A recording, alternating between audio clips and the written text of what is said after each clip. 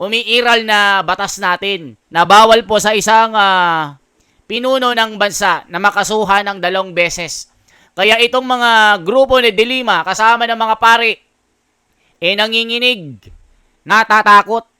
Kasi pagdating ng panahon mga kababayan, talagang itong si Sara Duterte ay magiging pangulo na sinasabi ko na nakikita ko sa aking mga panaginip at mga pangitain gabi-gabi mga kababayan.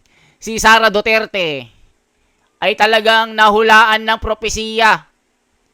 Nahulaan po yan ng mga magagaling na manghuhula. Nahulaan po ni Baldwin yan na isang babae ang magniningning, titingalain at talagang magbibigay ng magandang kabuhayan, magandang kapalaran ng Pilipinas. Isang babae na magmumula sa Davao. Kaya ang mga ito mga kababayan, galit at takot na mangyari ito. Hindi nila mapipigil ang itinadhana na maging pangulo. Mga kababayan, grabe po ang ginagawang rally ng mga grupo ni De Lima. Kasama po mga pari na tinawag pang demonya si Sara Duterte. Dapat daw malitis at mahusgahan ng taong bayan at kailangan daw madaliin ang impeachment laban sa kanya. Mga kababayan, eto na po. Talagang matindi. Nagsama sila ng hindi bababa sa 100 na katao. Na talagang sila daw ang totoo. Sila daw ang makatwiran. Sila daw ang dapat sundan. Ang pangungurap daw ng pera ng bayan ay hindi daw tama ayon sa alinsunod sa batas na talagang si Sara daw ay may kasalanan. Aba mga kababayan, talagang gusto nila usigin si Sara Duterte. Nakakala mo sila yung malilinis, sila yung walang dumi sa katawan. Aba mga kababayan, matindi. Kaya sila nasusuplak mga kababayan ng karamihan ng mga kababayan. Dahil itong ginagawa nila ay sariling interes lamang mga kababayan. Dahil ginagawa ito para i-demolish talaga ang mga Duterte. Para mawala ang mga Duterte, para sila po ang maghari. Para magawa nila ang kanilang mga gawain na hindi maganda. Mga kababayan, ang mga nagraling ito ay mga grupo na mga party list. Kilala nyo po ang mga ito na pinangunahan ni Leila De Lima na ang ML party list. Alam nyo po kung ano ang tinatahak na direksyon nito. Kaya mga kababayan, panoorin po natin ang kanilang ginagawa. Eto na po, talagang sinisigaw nila mga kababayan. Taong bayan daw ang may gusto na mawala at ma-impeach si Inday Sara. Panoorin po natin ng bonggang-bongga para malaman nyo kung talagang nagsasabi sila ng totoo. Ito yung mga taong malalaman mo talaga na wala yung aral ng Biblia sa kanila, wala sa katwiran. Talagang mali ang kanilang direksyon na pinupuntahan. Gusto nila ng gulo. Gusto nila na wasakin ang bayan para magkawatak-watak. Kaya isinusulong nila itong impeachment Di ba mga kababayan? Yan po ang panawagan po ng pamamahala ng Iglesia ni Cristo na wag nang ituloy ang impeachment na ito. Pero ang gusto ng mga ito, mga kababayan, ay ituloy ang impeachment. Ang panawagan po ng pamamahala ng Iglesia ni Cristo, wag nang ituloy ang impeachment. Dahil pag natuloy ito, tulo lamang o pagkawatak-watak ng mga Pilipino ang mangyayari mga kababayan. Kaya eto na po, pakinggan nyo po ang kanilang sinasabi na talagang puro paninira po sa mga Duterte. Eto na po mga kababayan.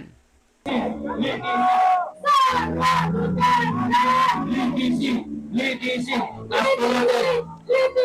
Tas natin yung ating anak kamao! Sara Duterte! Litising! Pangalan ng mga bangkay na humantusay! Sara Duterte! Litising! Pangalan ng hustisya! Sara Duterte! Litising! Pangalan ng mga kapangyaman pinanggaw! Sara Duterte! Litising! Pangalan ng mga piniit at sinikil ng kalayaan! Sara Duterte! Litising! Sa ngalan ng Konstitusyon ng Republika ng Pilipinas! Sara Duterte! Litising! Sara Mga kababayan, ano pong masasabi nyo po dito sa rally-rally po nila? Magkano ba ang bayad sa inyo? Talagang pinipilit nyo na maituloy ang impeachment. Eh, wala namang kwenta ito sa taong bayan. Kayo-kayo lang naman ang may gusto dyan, di ba, mga kababayan? At sinasabi pa nila na wag daw itokhang ang impeachment. Takot na takot sila kay Sara Duterte, mga kababayan. Talagang itong grupo ni De Lima nanginginig. Kasi alam nyo mga kababayan, si Sara Duterte, kahit pa matuloy ang impeachment, ay hindi mananalo ang mga ito. Eh si Marcoleta na po ang nagsabi na pag ituloy ang impeachment, eh kawawa lang sila. Talagang mapapahiya sila. Alam nyo mga kababayan, eh wala namang sapat na ebidensya. Isa pa mga kababayan, itong mga ito, eh kulang sa aral po. Talagang nagkukunwari na sila ay makadiyos, sila ay makatwiran, sumusunod sa batas. Ano ang binabato nyo kay Duterte, kay Sara Duterte? Kurakot daw. Eh kung totoo ang mga ginagawa nyo, eh ba't iisa lang ang focus nyo? Si Sara Duterte lang. Ang daming mga ahensya ng gobyerno na merong confidential fund. Meron din na confidential fund ang presidential. Mga kababayan, ang Pangulo meron din. Bakit di nyo investigahan? Congressman meron din mga kababayan. PhilHealth na bilyon-bilyon ang nawalang pera. Yung mga sangkot dyan, ba't di nyo bigyan ng panahon para maimbestigahan? Eh halata kasi kayo eh. Dahil Duterte lang kayo nakafocus eh. Kaya mga kababayan, anong masasabi nyo? Ito po, panoorin po natin ang balita galing po sa GMA7. Panoorin po natin mga kababayan ang reaksyon ni De Lima na kailangan daw maituloy itong impeachment. Wag daw gawing kung ano-ano. Wag daw itokhang. Ito na po mga kababayan, panoorin po natin. Huwag tokhangin ang impeachment. Diit yan ang tiyuhin ng isa sa mga pinaslang noong Duterte drug war na si Kian De Los Santos. Kasabayan ng panawagan ng ilang grupo na ituloy ang impeachment proceedings laban kay Vice President Sara Duterte. Nakatutok si JP Soriano. To the senators, enough with the dribbling. You are not the spectators. You are the court. Let the trial begin and let the evidence be laid bare. Mensahe yan ni dating senador at incoming party list Representative Laila De Lima sa mga senador na pilit aniyang pinipigil at tila raw ipinababasura ang impeachment trial laban kay Vice President Sara Duterte. Kasama ni De Lima ang Tindig Pilipinas na kinabibilangan ng iba't ibang civil society organizations na naghain ng impeachment complaint laban sa bise. Bit-bit nila ang peach ribbons na nangangahulugan umano na ituloy ang impeachment proceedings sang-ayon na rin sa saligang batas. Ang mga pamilya ay natukhang. Sana ho ay huwag naging tukhangin ang inihaing reklamo laban sa ating pangalawang Pangulo. Ayon kay De Lima na dati ring naging Justice Secretary, labag sa konstitusyon ang anumang panukala o hakbang para ipatigil o i-dismiss ang isang impeachment case na naakyat na sa Senado. Hindi rin ito batas na kapag matapos na yung 19th Congress ay kailangan i-refile sa 20th Congress. Kapag pinatay ako, patayin mo si BBM? Nilalaman ng first article of impeachment laban kay VP Sara ang pagbabanta ng Vice Presidente sa buhay ni Pangulong Bongbong Marcos, First Lady Liza Araneta Marcos at Speaker Martin Romualdez. Para sa apo ni dating Pangulong Cory Aquino at isa sa mga impeachment complainant na si Kiko Aquino D. Sapat na ito para litisin ang pangalawang Pangulo. Nakita nyo po ang solido na ginagawa nila. Pero ang mali ay mali, hindi pwedeng gawing tama. 'Di ba mga kababayan? Galit na galit sila, nagmamadali sila. Akala mo sila yung Senate President? Minamadali nila yung impeachment. Nagtawag sila ng mga kasama nila na magrarally, pero napahiya sila sa taong bayan. Dahil itong rally na ito ay walang kakwenta-kwenta. Sinasabi nila mga kababayan, wag daw itokhang ang impeachment trial. Mga kababayan, pansin nyo, ayaw nila ng tokhang. Kasi pag si Sara Duterte ang bumalik sa Malacanang na magiging tagapagmana ni Tatay Digong, alam nyo na po, magiging kamay na bakal ito. At itong mga nagrarally na ito, kasama ng kanilang pinuno na si De Lima, talagang naku po, nakikita ko po yung aking pangitain sa panaginip. Merong babalik po sa kulungan. Meron pong maghihimas ng rehas. At isa pa sa nakikita ko mga kababayan, sa aking mga pangitain, mababaliktad po ang sitwasyon. Yung impeachment ni Sara, parang sa kabila mapupunta. Kasi itong impeachment na ito, totally demolished na, totally dismissal na. Wala na kasing saysay ito dahil wala ng panahon.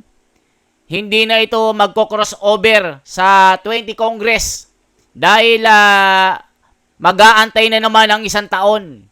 Ito ay labag din sa umiiral na batas natin na bawal po sa isang pinuno ng bansa na makasuhan ng 2 beses. Kaya itong mga grupo ni De Lima kasama ng mga pari, nanginginig, natatakot.